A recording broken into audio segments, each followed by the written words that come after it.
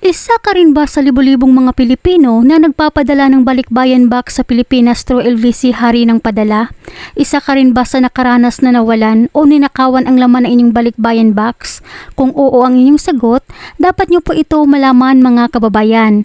Dahil hindi lang pala LVC ang may hawak ng inyong mga balikbayan box pagdating sa Pilipinas. Binigyan linaw ito ng head ng LVC sa Olongapo matapos silang filean ng reklamo ng dalawang Pinay na nasa Amerika at Canada dahil sa ninakawan di umano ang laman ng kanilang mga balikbayan box na para sana sa kanilang pamilya. Matatandaang nitong nakaraang araw, nagreklamo ang isang Pinay na nasa Canada dito sa LVC matapos matanggap ng kanyang pamilya ang kanyang pinadalang balikbayan box na kalahati na lamang ang laman. Dahil sa ninakaw di umano ang mga branded na mga sapatos, mga bags, mga pabango, polo, mga t-shirt, mga cups at mga socks at wallet na para sana sa kanyang pamilya. Matatandaan rin na nagreklamo ang isang Pinay na nasa Amerika dahil sa ninakawan ang laman ng kanyang balikbayan box. Ninakaw di umano ang padala nitong iPhone, mga pabango, sapatos, bag at pinalitan pa di umano ng mga damit na mababaho at dugyot ang mga damit na mga branded na para sana sa kanyang pamangkin. Ayon sa balita,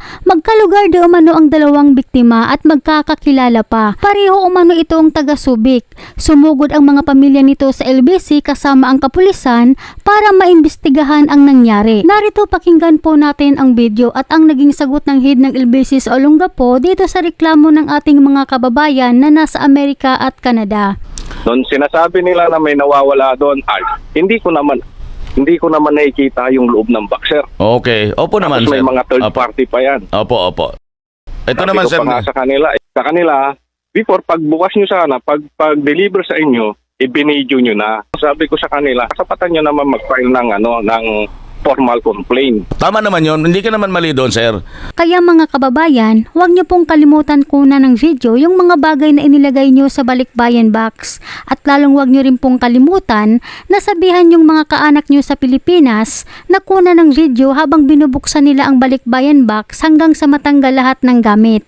Para may maipakita po kayong ebidensya kung sakaling mangyari man ito sa inyo. Kahit natiwala na po kayo sa courier company na iyan, kunan niyo pa rin po ng picture or video kasi di po natin hawak ang isipan ng mga tao na nagdadala ng mga bagay na pinaghihirapan natin para sa ating mga mahal sa buhay. Actually, lahat ng... Sir, ito ba yung first time ninyong maka-experience ng ganito? Actually, hindi po sir. Maraming bisis na po. Kasi dapat kung maraming beses na, pagbaba halimbawa ng balikbayan box dyan, sigurista na kayo. Mga bata, inspeksyonin nyo yan.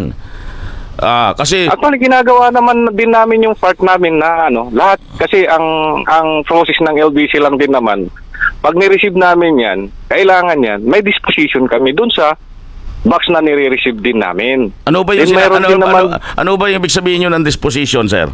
yung discrepancy sir na kung ano yung actual ng condition ng box na na-receive po namin sir. Yun yung ginagawan din namin ng discrepancy. Then i-email namin sa department kung sino yung concerned department. Like example, sa Bitas, galing sa Bitas, ganun po. I-suggest nyo rin, Sir Ruel, sa kanila na tiyakin nyo naman, dyan pa lang sa pier o sa airport, paglabas ng customs, tiyakin ninyo ano bang kondisyon ng kasi puro dito sa napupuruhan yan. Tingnan nyo, binibintangan na baka dyan ang magnanakaw sa inyo. Di ba?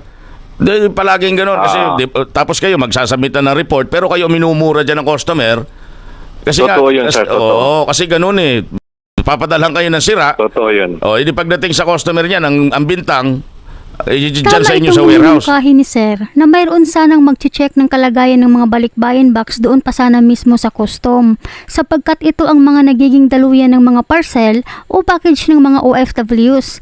Posible kasing baka may gumalaw o nagbukas ng mga balikbayan box doon pa lang pagdating sa custom. Posible din doon sa sinasabi ng head ng LBC na sa mga outsourced delivery o yung nagde-deliver ng mga balikbayan box ng mga OFW sa LBC. Kaya mas mainam pong maging mapagmatsyag na lang po tayo mga kababayan. Gaya ng pagkuha ng litrato o pagkuha ng video sa lahat ng mga bagay na pinapadala natin sa ating mga mahal sa buhay. Isa na lang, sir.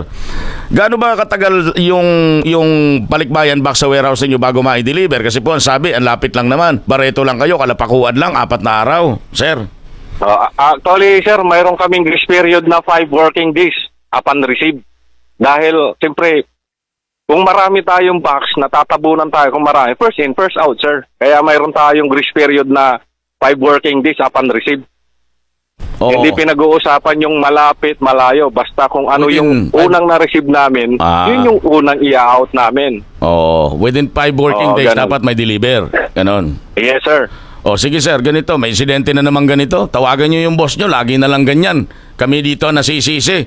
Diyan pa lang sa pag-pick up pa lang, magkaroon na kayo ng manifesto dyan. Itong ipapadala ko sa Olongapo, bukas ito.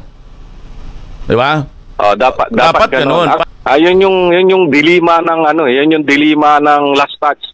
Kami yung last touch nga. Ito yung dilema namin. Correct. Sir Ruel, record mo yung pag-uusap natin, padala mo sa main office nyo. Doon sa Manila, dapat pag-pick up nila ron.